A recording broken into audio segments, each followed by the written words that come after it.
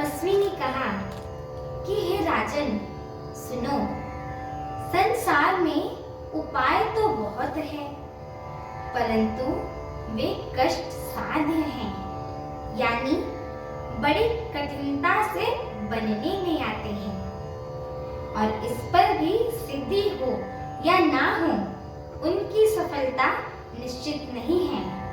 हाँ, एक उपाय है, बहुत सहज है, परंतु उसमें भी एक कठिनता है। हे राजन, वह युक्ति तो मेरे ही हाथ में है, पर मेरा जाना तुम्हारे नगर में नहीं हो सकता है। जब से पैदा हुआ हूँ तब से आज तक अथवा किसी के घर में मैंने आज तक गया नहीं हूँ, परंतु यदि नहीं जाता हूँ तो तुम्हारा काम बिगड़ता है। आज यह बड़ा असमंजस आ पड़ा है। यह सुनकर राजा कोमल वाणी से बोला कि हे नाथ, वेदों में ऐसी नीति कही गई है कि बड़े लोग छोटों पर स्नेह करते हैं। पर्वत अपने सिरों पर सदा तृण यानी घास को धारण किए रहते हैं। अगाध समुद्र अपने मस्तक पर फेन को धारण करता है, और धरती अपने सिर पर सदा धूलि को धारण करती है।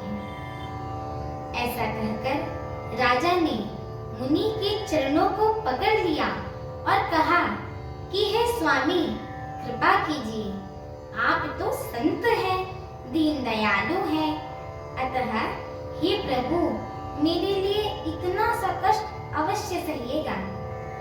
राजा को अपने अधीन जानकर कपट में प्रवीण तपस्वी बोला कि हे राजन, सुनो, मैं तुमसे सत्य कहता हूँ, जगत में मुझे कुछ भी दुर्लभ नहीं है। मैं तुम्हारा काम अवश्य करूँगा, क्योंकि तुम मन, वाणी और शरीर तीनों से मेरे भक्त हो। पर योग, युक्ति, तप और मंत्र का प्रभाव तभी फलीभूत होता है, और जब वे छिपा कर किए जाते हैं।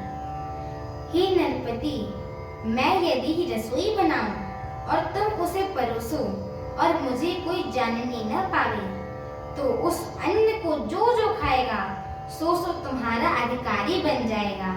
यही नहीं, उन भोजन करने वालों के घर भी जो कोई भोजन करेगा, हे राजन सुनो, वह भी तुम्हारे अधीन हो जाएंगे।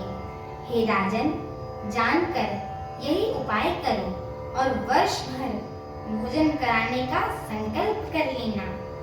नित्य नए 1,00,000 ब्राह्मणों को कुटुंब सहित निमंत्रण करना।